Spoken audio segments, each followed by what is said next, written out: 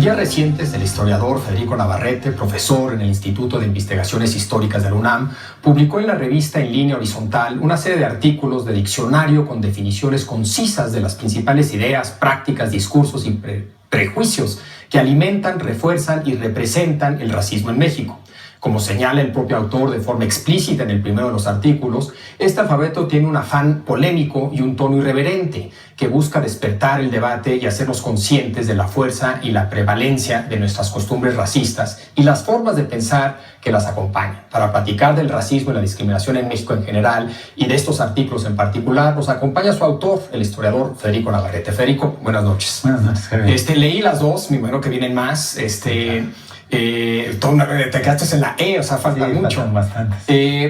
O sea, es un tema fascinante, complejo y muy importante, y te propongo abordar el tema en dos etapas. Primero, algunos temas generales a raíz de tus artículos, y luego ya vamos hablando de los conceptos específicos que analizas en estos artículos. Yo lo primero que diría que estamos en medio de una crítica a Trump y una furia frente al racismo de Trump. Y si bien yo no soy fan de mirarse al ombligo, creo que sí merece en este caso que en vez de hablar del racismo de Trump, veamos nuestro propio ombligo y hablemos de nuestro racismo en México. Y creo que ese es el objetivo de estos artículos. ¿Es correcto? Sí, yo creo que ya es hora de que en México abramos una discusión pública abierta, franca, y que va a ser dolorosa y conflictiva en muchos casos, porque lo tiene que ser, sobre una serie de prácticas y creencias racistas que sí son más acendradas de lo que reconocemos y que sí tienen consecuencias reales en nuestra vida social, que son mucho más profundas de lo que nos gusta admitir, ¿no? Claro. Y en ese sentido, es un poco, yo creo que me parece muy apta tu comparación con el racismo de Estados Unidos, que siempre criticamos tanto. Y aparte, los mexicanos siempre hemos estado orgullosos de que, como nosotros somos mestizos, somos menos racistas que los gringos y eso, pues se me ocurre otra analogía. México demanda continuamente el buen trato de los mexicanos que viven sin documentos en Estados Unidos, y tratamos de la peor manera posible a los inmigrantes sin documentos en nuestro propio país, ¿no? Entonces creo que no es una cuestión de mirarnos al ombligo, es una cuestión de ser autocríticos y de ver la paja en el ojo ajeno. Claro. Claro. No, totalmente. Pero déjame preguntarte. Exacto. Sí, preguntarte sobre el tono, porque dices de manera muy explícita, no solamente que quieres ser polémico, porque creo que es un tema que inevitablemente, como decías, es polémico, pero tono irreverente. ¿Cuál es el propósito de adoptar este tono irreverente? ¿Cuál es su utilidad para analizar? Yo estoy a favor de la irreverencia en muchos sentidos, pero en este caso en particular, ¿cuál dirías tú que es la utilidad de la irreverencia para tratar el tema del racismo? Bueno, para empezar tiene que ver con el formato de la serie de artículos que estoy publicando en Horizontal, que generalmente este tipo de alfabetos, de diccionarios, suelen ser un poco paródicos, un poco. Pienso en el clásico de Flaubert, ¿no? Del diccionario de ideas comunes o de lugares comunes, ¿no? De ideas preconcebidas. Entonces es propio del formato. Y también yo creo que, bueno, una de las cosas que sucede, por ejemplo, en México es que una de las defensas que hacemos los mexicanos de nuestro racismo es que, por ejemplo, figuras como humorísticas como Min Pinguín o el tipo de chistes homofóbicos, discriminatorios, misóginos que tanto se utilizan en México. El grito de puto en los estadios. Exactamente, el grito de puto, las bromas sobre las viejas, las bromas sobre los indios y los nacos, que esos no hay que criticarlos porque son parte de nuestra idiosincrasia. Claro. Y entonces como que se supone que el racismo mexicano es chistoso, pues yo de alguna manera lo que estoy haciendo es como revirar ese chistosismo para reírme de los racistas de alguna manera, ¿no? Creo que, y también porque creo que no se trata de hacer acusaciones, ni de montar un tribunal, ni de una inquisición. Se trata de abrir un debate, y a veces la irreverencia puede ser una mejor manera de llamar al debate que la denostación o que la acusación. O sea, como tono prefiero ser irreverente y un poco chusco a ser pues acusón e intolerante, desde luego, ¿no? Claro, y el enfoque es sobre un lenguaje, no sobre personas. Una persona que dice una mentira no es necesariamente un mentiroso. Si dice mentira tras mentira y dice mentiras todo el tiempo, pues entonces es mentiroso. Pero el decir una mentira no te hace un mentiroso. El usar lenguaje que podría sostener el racismo en México no necesariamente te hace un racista. Te hace alguien que participa en un discurso que refuerza de manera estructural el racismo. Pero déjame preguntarte sobre ese lenguaje, cómo funciona ese lenguaje, porque el análisis que haces a la hora de la hora es de un lenguaje que soporta prácticas. ¿Qué dirías de alguien que te diga, oye, pues este es un argumento de ser políticamente correcto? Bueno, yo creo que el racismo es un fenómeno muy complejo que tiene muchas dimensiones, ¿no? Hay desde luego las dimensiones institucionales más fuertes que tienen que ver, por ejemplo, con ciertos países, no es el caso de México afortunadamente, en que se restringe el acceso a ciertos servicios a las personas por su color de piel, el apartheid en Sudáfrica o el régimen de discriminación en Estados Unidos. En México hay evidencia clara de que los sectores indígenas y más morenos de la población tienen menos acceso a los servicios públicos de calidad que los sectores menos morenos. Eso también se intersecta con cuestiones de clase y con pobreza, ¿no? Pero sí hay una correlación clara. Entonces, sí hay esa dimensión pública del racismo en México. Y luego hay una serie de dimensiones privadas, ¿no? Que van desde cosas tan etéreas como quién nos parece bonito, quién no nos parece bonito. Y la definición de belleza en México está profundamente racializada. Y eso sí es una cosa que se nota, sobre todo en los medios de comunicación, que son uno de los espacios donde más se ejerce racismo en este país. Y luego está todo el ámbito de las vidas familiares, de la vida social, de quién se considera guapo, cool, prestigioso, que generalmente se asocia con mayor blancura, mayor sofisticación, una cultura más cosmopolita, que tiene que ver con ser más blanco. Claro. Y los que no tienen eso, pues son considerados menos sofisticados o, por usar el término que a mí me parece aborrecible, nacos, ¿no? Claro. Entonces, ahí vemos una combinación de lenguaje, de bromas, de dichos, de prejuicios y eventualmente de discursos más elaborados, más intelectuales, que sustentan o que se relacionan con esas distinciones que hacemos cotidianamente toda la vida. Entonces, estamos hablando de muchas dimensiones paralelas de cómo opera el racismo en nuestra sociedad y en cualquier sociedad del mundo. Déjame preguntarte sobre algo que ya mencionaste, que es la interseccionalidad. Es decir, todos tenemos simultáneamente varias cachuchas. Mujer blanca, mujer indígena, mujer rica, mujer pobre. ¿Por qué darle primacía, o no sé si es lo que estás haciendo, a lo racial? Frente a clase, frente a género, frente a preferencia sexual, frente a muchas otras posibles cachuchas que la gente discrimina. ¿Le estás dando una primacía a lo racial o crees que nada más es un libro sobre eso y punto? No, yo creo que yo en ningún momento argumentaría que el racismo en México, en ningún lugar del mundo existe químicamente puro y en México tampoco, ¿no? Claro. El racismo siempre está combinado con estas otras formas de diferenciar a las personas, por género, por clase, por cultura, por forma de hablar, por forma de vestirse, por mil y un factores. Tampoco diría yo que el racismo es la principal causa de la desigualdad, por ejemplo, en México. Pero o de las otras formas de discriminación que existen, o de la violencia, inclusive de este problema de los desaparecidos, del que estaban hablando anteriormente y todo eso. Pero yo creo que el racismo sí viene a empeorar, sí es una dimensión que se añade y que le da más fuerza y hace más virulento todos los otros problemas. En México las diferencias de clase las leemos racialmente. Por eso los términos güero y naco son términos de clase. Finalmente el güero es aquel que es de una clase más alta y el naco es alguien de una clase más baja, y racializamos, o sea, le damos esta dimensión racial a otro tipo de diferencias. Y eso las hace más profundas y más graves. Entonces, sobre todo porque es idiosincrático y es algo chistoso. Y eso, ¿me entiendes? Que muchas de las otras discriminaciones no son vistas así por los propios mexicanos. Parecería que sí, obviamente nadie va a admitir públicamente a lo mejor que es... No sé, es curioso eso, porque yo muchas veces cuando hablo de que hay racismo en México me dicen, no, pero eso es clasismo, como si pareciera que sí es legítimo discriminar a la gente por las diferencias de clase y no es mientras que sería legítimo discriminar por las diferencias de raza. Eso depende mucho del contexto, ¿no? Pero claramente la diferencia de raza, o más bien el racializar, el adscribirle un contenido racial a las otras diferencias, hace que parezcan más naturales, hace que parezcan también más insalvables. Creo que en ese sentido el caso más elocuente del que podemos hablar es el caso de esta niña Alondra, una chiquita que tiene la desgracia como miles o cientos de miles de niños en nuestro país de ser limosnera en las calles de Guadalajara en este caso, y que resulta que es rubia, ¿no? Y de ojos azules, porque su padre es norteamericano y es hija de una mujer mexicana y de un padre norteamericano, y ella es rubia y de ojos azules, y en octubre de 2012 un conductor que iba por la calle la vio pidiendo limosna y llegó a la conclusión automáticamente de que esa niña no podía ser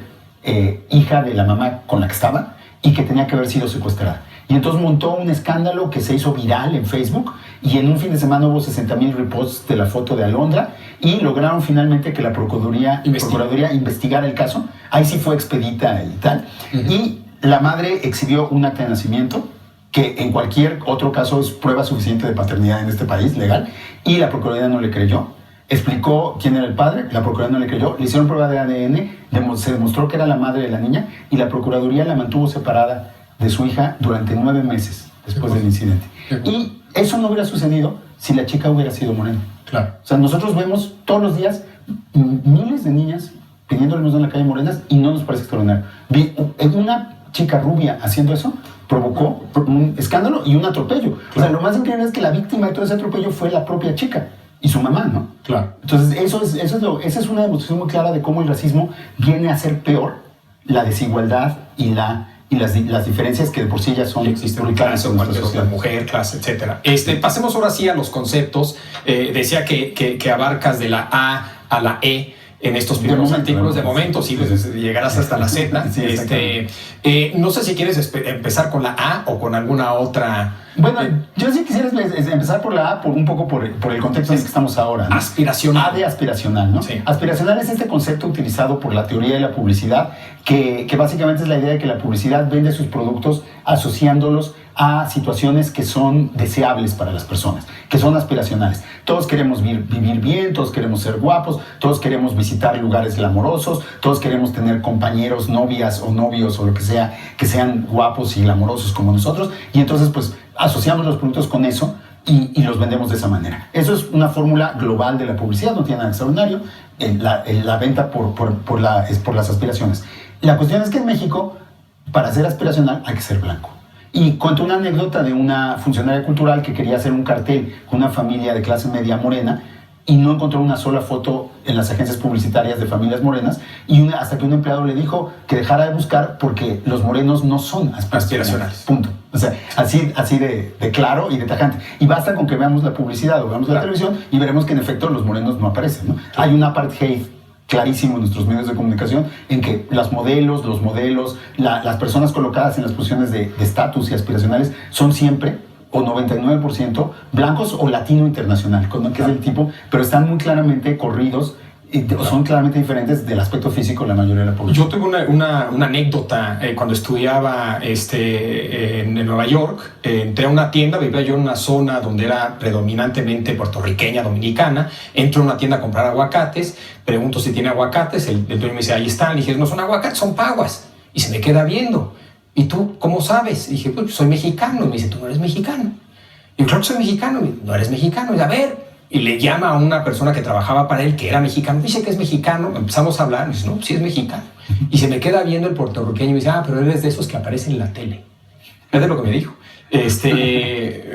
No, ahí tocaste otro tema que voy a tratar después, que es el racismo a la inversa, que hay en México, que también es fuerte, ¿no? Claro. O sea, los mexicanos que, ya sea porque son más blancos, o porque son chinos, o porque son negros, que no responden a nuestra idea de lo que es ser mexicano y tener un aspecto físico mexicano, siempre están siendo cuestionados en su mexicanidad, ¿no? Claro. No aceptamos que haya mexicanos con aspectos físicos que salgan del parámetro mestizo, ¿no? Claro, que es otro tema que sé que has escrito, libro fascinante, muy bueno. Pero sigamos ahora con la B, quieres entrar a la B, que es Bartra. Bueno, de Roger Bartra, que es más que Bartra, es un lenguaje que él utilizó en un texto. Es un ejemplo de un discurso que yo creo que es demasiado frecuente entre nuestros intelectuales y las personas de la opinión pública, que es la repetición de una serie de descripciones de grupos sociales en México que utilizan lo que a mí, y espero haber demostrado, me parece que son un lenguaje abiertamente racista, ¿no? Biologizan las diferencias sociales, hablan de grupos que son decadentes, que son putrefactos,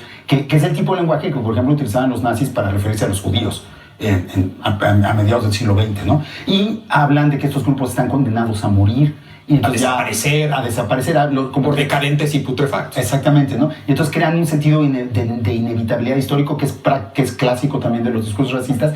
Y a mí lo que me preocupa es que más allá de las opiniones personales del autor, en este caso Roger Bartra, o de otros autores, porque son muchos los que utilizan ese tipo de lenguaje, es que en un país como el actual, como en México en la actualidad, donde la violencia y el encono es tan fuerte, utilizar ese tipo de lenguaje da cobertura ideológica y no digo que vaya a ser la causa de la violencia, pero sí hace que la violencia resulte más aceptable, hace que la violencia pueda ser justificada en algún momento. Si ese es un grupo podrido, decadente, que está condenado a desaparecer, pues, ¿por qué no reprimir? Van a dar el siguiente paso, reprimirlos y peores, ¿no? Claro. Porque pues, lo malo es que en este país la escala de lo peor ya no tiene límites, ¿no? Claro. Entonces me parece muy peligroso que en la situación de violencia que vivimos en el México actual se sigan utilizando esos discursos de descalificación tan absoluta de los diferentes grupos sociales que tienen, en el caso que discuto, tintes claramente racistas, ¿no? Claro. Esa es mi intención de discutir ese asunto. Por cierto, uno de los editores de Horizontal escribió un excelente artículo que se llama ¿Quién es quién? Sobre quién aparece en las revistas de sociales, Mario Arriagada. C, en este caso, C de colores. ¿Cuál es el argumento aquí? Pues ahí es básicamente lo que ya decía, cómo en México la blancura se asocia con el privilegio social, se asocia con la riqueza, se asocia con el poder, y cómo aparte se asocia con la belleza.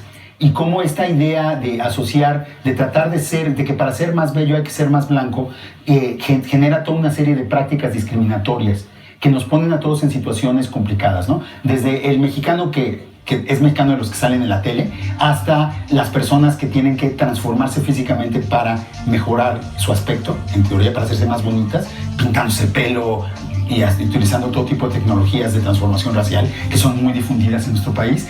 Y cómo esto crea una escala en que todos estamos juzgando y siendo juzgados continuamente en función de nuestra cercanía a este ideal de la blancura, no del color.